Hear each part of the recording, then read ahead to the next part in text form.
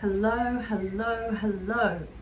So I am coming to you with this video on the 7 pillars of health. Basically because it seems that I'm very much technologically challenged at the moment. And so we recently ran a webinar and for whatever reason, very much my fault, but I thought that I was recording, it didn't record. So I am at least going to share my presentation with you in this video. So, you know, this 7 pillars of well-being that I am presenting to you, I really wanted to stress that these are as I see them, as I have come to understand and experience them. But also I really wanted to stress that this isn't about teaching you anything that you don't already know. It's about helping to remind you of something that you inherently know, that is innate within you, and really just trying to provide a bit of inspiration and possibly a little bit of structure in order to implement some of these concepts into your daily life. And of course this is going to be a little bit of an overview, but I'm going to pepper it through with some hopefully really practical ideas of how you could start to kind of incorporate things, and I'm hoping that what happens as you listen to this, like you're kind of like, ah, oh, of course I knew that, or I intuitively knew that, but I just never consciously thought to put it into practice. And that really, as you listen to these ideas and as you put these ideas into practice, that you feel not only a renewed sense of vibrancy and well-being, but a sense of homecoming to this information and to yourself. So that's my intention with this presentation. And really this comes from the standpoint of, you know, we are vast spiritual beings. We are much more than just skin and bones. We can look at ourselves in a from a biological standpoint, but really we are greater than the sum of our parts. And we all know that because of the complexity of our emotions and everything that happens and everything that we experience. We know that we are greater than the sum of our parts. And so I just wanted to kind of highlight this idea of what we call wholing. And this really is an acknowledgement that we are, you know, health doesn't happen independently of the environment that we are in. So as a species and as a culture, as a human community, as an earth community, our sense of well-being is somewhat limited to the well-being of the planet and the well-being of the groups of people around us. But I mean, but also there's a positive spin on that, in the way that if we really commit to, you know, anything that is going to be about health for us is going to be about health for the planet and for our communities and the people around us. And it also kind of speaks to this idea that, you know, when we look at the Western models of either mental health or physical health, really their idea of health is just a lack of disease. And it's really important to notice, or to note, that well-being, like true well-being, is not just a lack of disease. It is so much more. You know, just because we've got nothing wrong with us doesn't mean that we don't feel whole and full and vital and free and inspired and creative, which are all these things that if we are really, you know, in our own center, feeling well, that we are going to be experiencing. So, you know, you don't have to have something wrong with you to not be you know, not be feeling vital and well. And so, you know, we can remove a pathology, whether that's, you know, anxiety, depression, or perhaps it's diabetes, or you know, IBS, or symptoms. We can remove symptoms and we can remove a pathology, but if we haven't worked on really cultivating wholeness and cultivating something that really fills us up, to fill that space, it's almost like a vacuum, and it's waiting for something to come in and fill that hole where that pathology was. So, you know, and we could speak the same way about addiction as well. So if you are trying to, and that's not necessarily addiction to cigarettes or drugs or alcohol or whatever, it could just be, you know, something that we're addicted to that doesn't serve us, which could be something like an emotion. It could be just a habit or a routine. So, you know, our health can create, or these habits or addictions or pathologies can create somewhat of a vacuum. And if we're not thinking about how we can kind of fill that space, nurture that space, then something else is going to come in its place, or the same thing is going to rush back in as soon as we're not really watching it. So I just wanted to really kind of highlight that this concept of holding and really filling up the whole person, really inviting us as spiritual, expansive spiritual beings to step into our wholeness, is what is going to allow us to feel that sense of, you know, vital well-being and joy in our lives. So I have 7 pillars here, which I'm going to go through, and remember, these are mine that I have kind of put together, and I guess I refine over time. And if you've ever seen the Flower of Life, you know, it's a sacred geometry pattern, that it's the same pattern over and over again that makes one big circle. And I believe that the kind of theory or the story behind this image is that it's a reminder that when we change one aspect of that, it's going to change all of the others that are seemingly not connected to that part of the picture. And so even though I've put these pillars in their own little kind of subheadings, it's important to note that they are all interwoven and that they are all interconnected, and that, you know, we cannot separate one from the other. But the beauty of that is you don't have to overhaul your entire life right now to start getting a sense of well-being. If you work with the breath, then that can significantly impact the way that you take in nourishment. It can significantly impact the way that you, or your relationship with your mind and emotional state.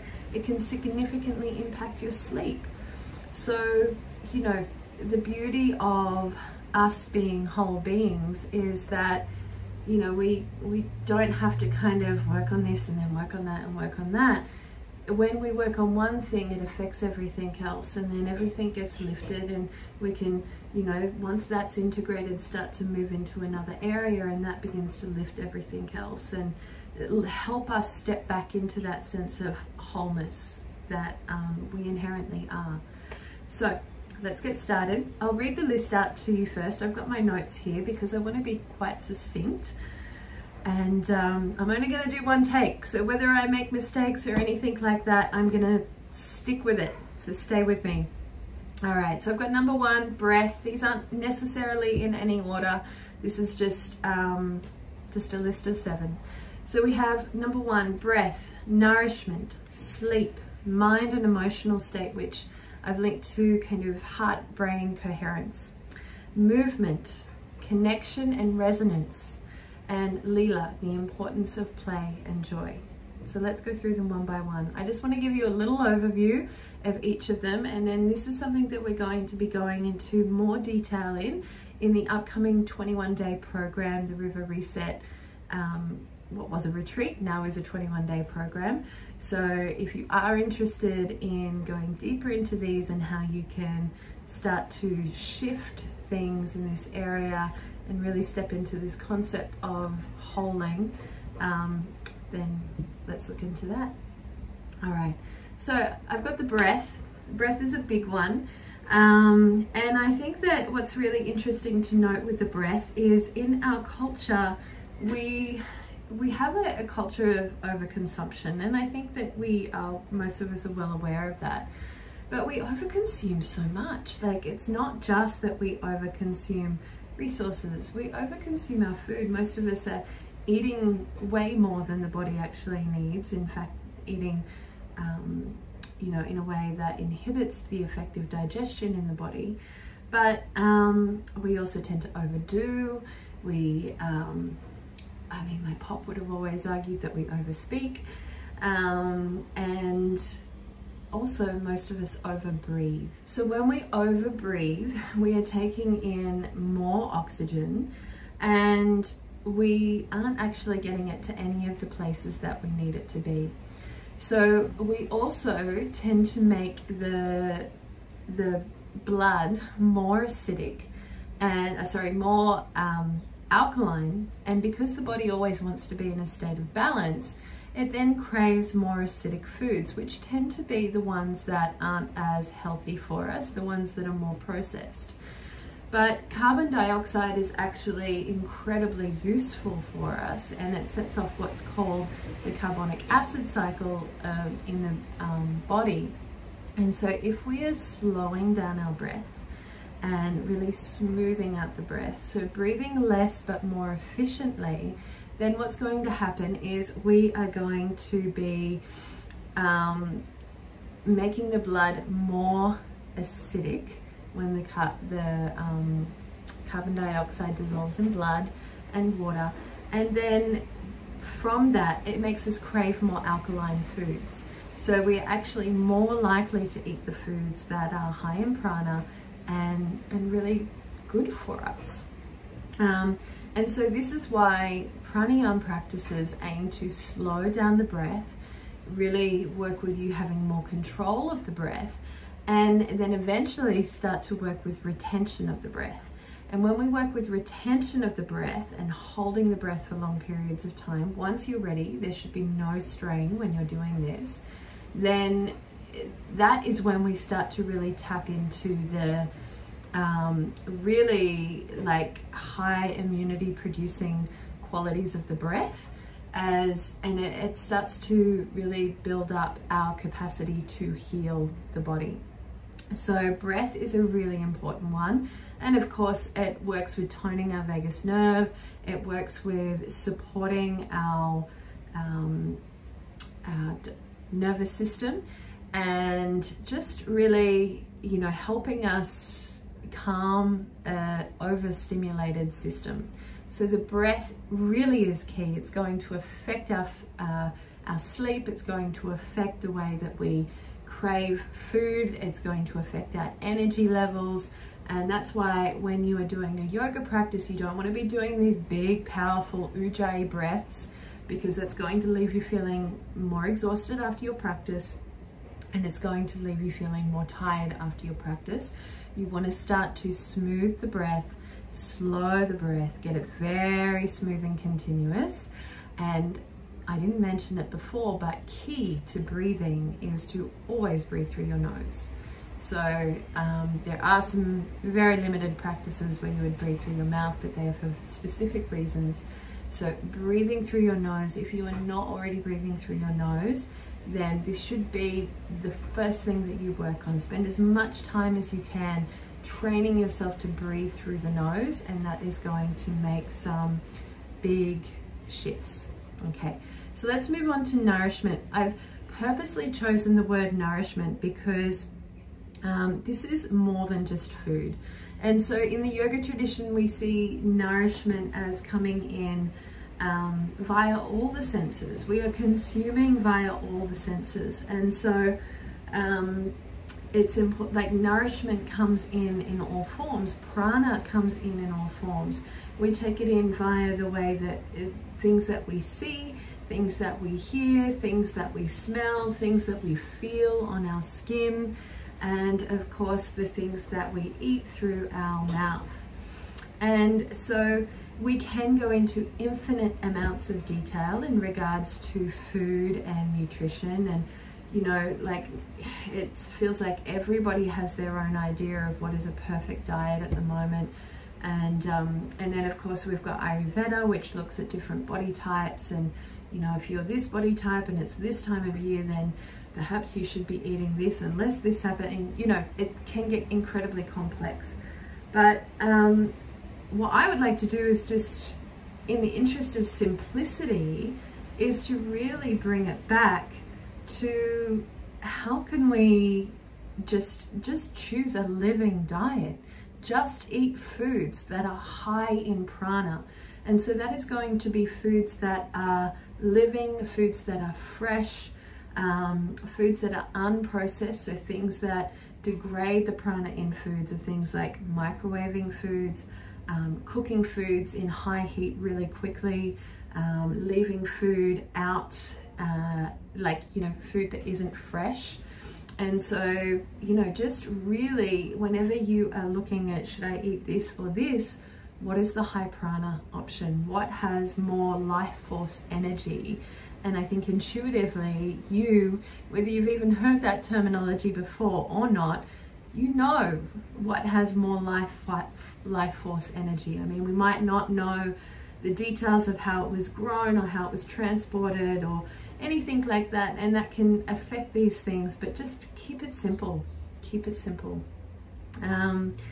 And so, you know, in the tantric tradition, we have beautiful practices such as kriyas that help us kind of train ourselves to take in more prana, but not only to take in more prana, but to be more efficient with the way that we spend our prana. And we're going to be working with some of those in the 21-day program. So I'm going to be really excited to share those with you. Now, and the last thing about nourishment is if you think about the way that you take it in. So I think most of you will have heard this before, that when we are eating, it doesn't matter how healthy the food that we are eating, if our body is in a stressed out state. So say we have got this beautiful nourishing meal on the table before us, and then we've just had an argument with our child or our partner or a friend, and we're feeling like we've got that really contracted feeling going in, we're in a real kind of almost fight or flight stage, then we know that the blood is going to the periphery of the body, and it's not really in the center of the body, and therefore not in the digestive system. So in that state, it is incredibly difficult to take the nutrients from the food you are eating. And I always think of this girl that I used to work with years and years ago. I was living in Bondi, and she was always on a health kick, and she was always trying to lose weight and eat healthy and everything like that. But she hated what she was eating. And, you know, like, she'd bring these really like basic, simple salads and everything like that, but just there was no joy when she was consuming them, and it was almost like she resented every bite as she ate it.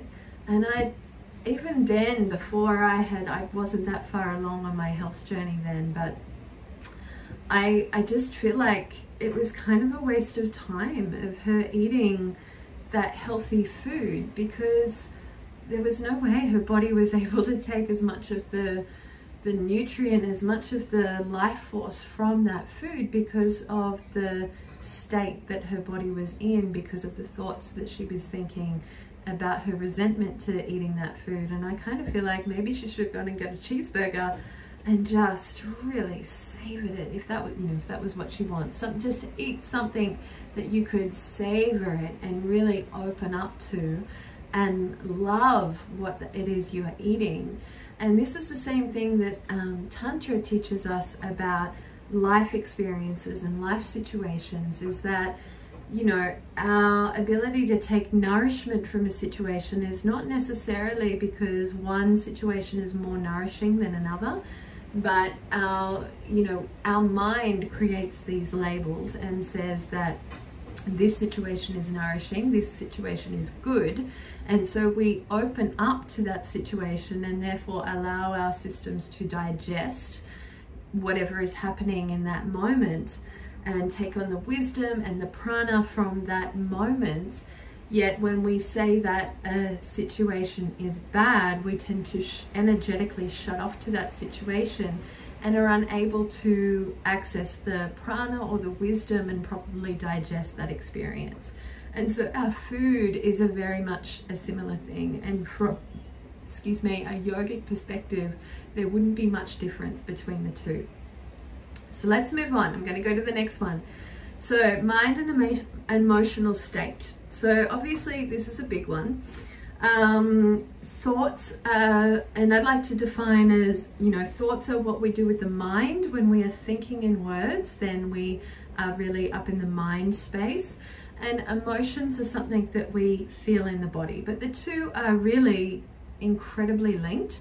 Usually they kind of trigger one another, unless we have kind of cultivated the capacity to just step in and create a little bit of space around what is happening there, that trigger response.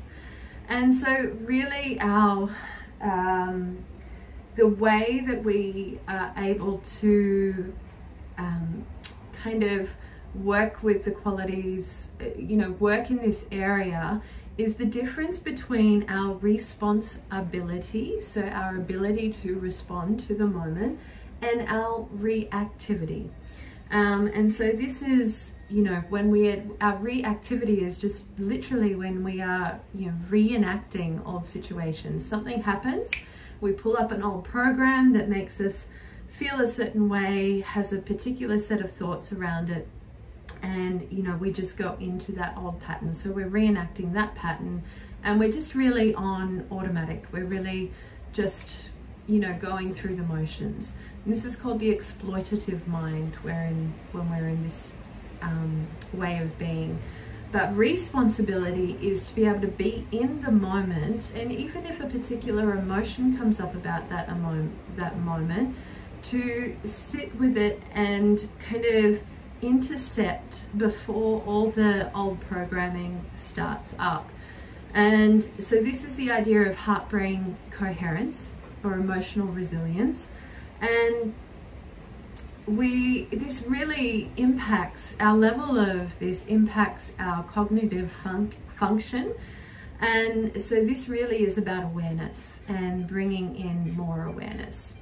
And so we want to be working with really supporting the nervous system so that we can get into the creative brain rather than the exploitative brain. So this is where we are able to creatively respond to whatever is happening in the moment rather than just fall back into our habitual patterns. And this takes time and this takes effort, and it's not easy, but the more we can support our nervous system and also practice working with the responses that we want to have in a situation, the more we start to fire different neural pathways and just choose a different outcome, which is really powerful. And so, this comes with a bit of a caveat, because there's an element of privilege here, really. And so, we can take in, just like, language, we could, like the English language or a second language, our ability to kind of have a high level of emotional resilience is something that we take in via osmosis. So if we've grown up in a household where that has really been available to us, then we inherently know it because it's been modeled to us. But if we have around us lots and lots of people who are quite triggered all the time and going into unhealthy patterns and responses, then that is going to be what we have learnt without consciously learning. It's just the way that we grow up, just like the way that we learn to speak. So it's going to take effort to start to shift these things, but when we are working with all the other pillars of health, then that is going to support the nervous system, support us moving into that creative mindset, and allow us to start to shift what feels like frustratingly stuck patterns and habits. Okay, so let's go to movement. So I've got a really beautiful, a really cool kind of just quote thing here. There's a guy online and his name is, I think it's Troy Casey, the certified health nut. And I heard him say it. He's this California guy, has a really strong American accent, and he wears like American flags, Speedos, and does his exercises and everything like that. He's really hilarious, high energy. And he's just got a really succinct way of saying this: your issues reside in your tissues. And so if you want to move your issues, you've got to move your tissues. And I think that, you know, yes, we want to move our body because we want to get our heart rate up and develop our fitness and everything like that. But, you know, from a yogic perspective, we move the body to shape prana in specific ways. And, you know, there are some very specific ways that we can move in order to get certain things happening in the body, and therefore certain things happening in the energy system and the mind. But if we want to keep this really simple, you know, we don't need to know about any fancy postures or anything like that. So there's two types of movement that you can start to implement without needing any teacher or to go to any group class or anything like that. And one of them is non-linear movement. And so that is just putting on music and dancing however you feel to move. And, you know, maybe you just find the tight, stuck, dense areas in your body and you start to move them. And it could be slow, it could have like a stretching quality to it, it could be fast, whatever feels good for you. And as long as you are present with it, you should not be able to hurt yourself. The other one is shaking, just standing up and shaking different parts of your body. This is actually a big thing that's starting to come on now. It's starting to turn into quite a big practice. And I think that a really good example of this is animals in the wild. I remember reading a book years and years ago. It was like when I was 17 or something like that, called Chasing the Tiger by someone Levine, I believe is the book. And it was about trauma. And he tells this story about animals in the wild when they go through a traumatic experience, say they are chased by a predator, that what they will do is after the threat has passed, you know, a duck might go back into the water and then they just completely start shaking all over and they shake off the trauma of that experience and just swim away. Whereas we as humans, because of the complexity of the way that our mind works and everything like that, we just hold it in our system. And so we are constantly, our body is constantly reliving the effects of trauma, which then triggers the, you know, the mind response. And so really movement practices are going to help us shift this, as well as awareness practices. So shaking and non-linear movement, two things that you can do today. Okay, so the next one I have is connection and resonance. And this is really the idea of connection, to how important connection in all its forms is. There's a beautiful book by a man called Johann Fahy, I hope I'm pronouncing his name right, and it's called Lost Connections, The True Causes of Anxiety and Depression. And he, you know, talks about how anxiety and depression aren't just things that take place because of a biochemical response in the brain, but there's certain connections that are missing with people that are suffering from this. And of course there can be trauma and all these other things, but if there is a lack of connection to self, to big self, to spirit, to purpose, to vision, to people and communities, and to place, to the earth, to the ground that they walk on, then people this leads to a greater experience of not feeling well, of anxiety, of depression, of feelings of emptiness.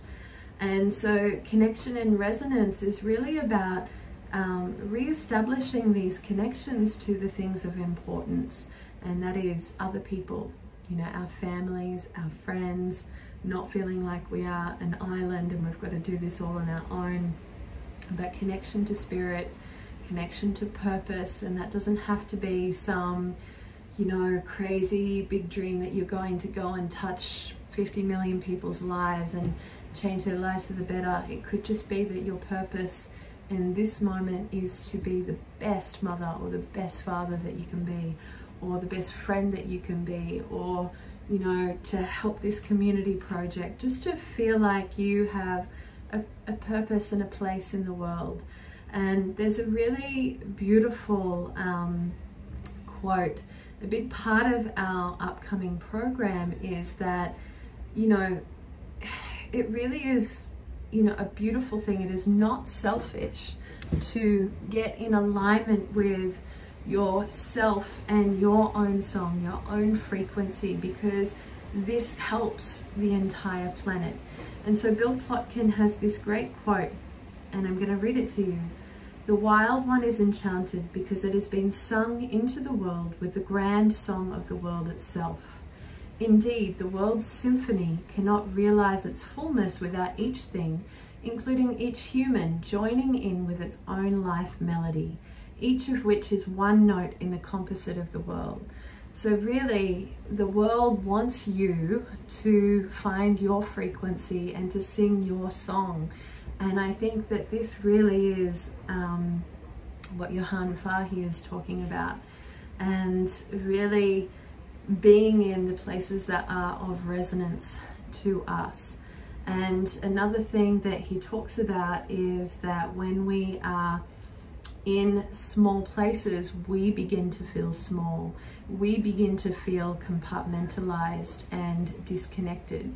And so just the act of going into places of vastness, like going and sitting on a cliff top, going and sitting at the beach, going out into the night sky, rather than constantly being in a small box in a house where you feel compartmentalized, this is enough to start to help us tap into that vastness and that song of the world. And so we're going to be going into a lot of this as we go through the program.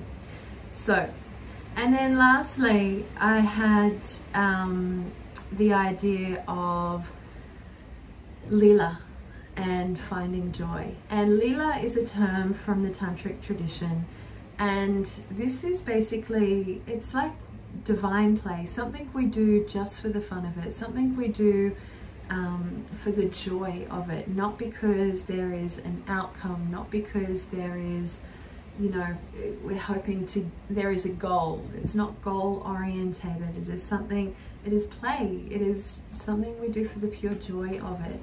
And I think as adults, it is very easy for us to forget the importance of this, and children are so beautiful at teaching us this, right?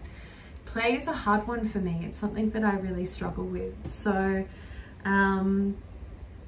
yeah, so it's just about really finding those things that help you come back to help you get in the flow. Like, you know, when you are dancing and you lose time, you don't even know where you are, you're just enjoying the moment. These are those acts of Leela, of play, of joy. And so to find your thing, find the way that you can tap into that sense of fullness just for the pure sake of it, just because it educates your body on your bigness, on your song, on your frequency. So these are the 7 pillars of well-being as I see them. I hope that you find them useful, and if you are interested in the 21-day program, where we're going to be going into a lot of this stuff a lot more, and supportive ways that we can work with the concept of holing and and integrating, you know, practices that are going to help us really shift things without taking on too much, then I'm going to make sure that there is some information around wherever you're watching this video. And if you've got any questions, I'd love to hear from you. Thank you so much for being here and watching the video, and I'll see you soon.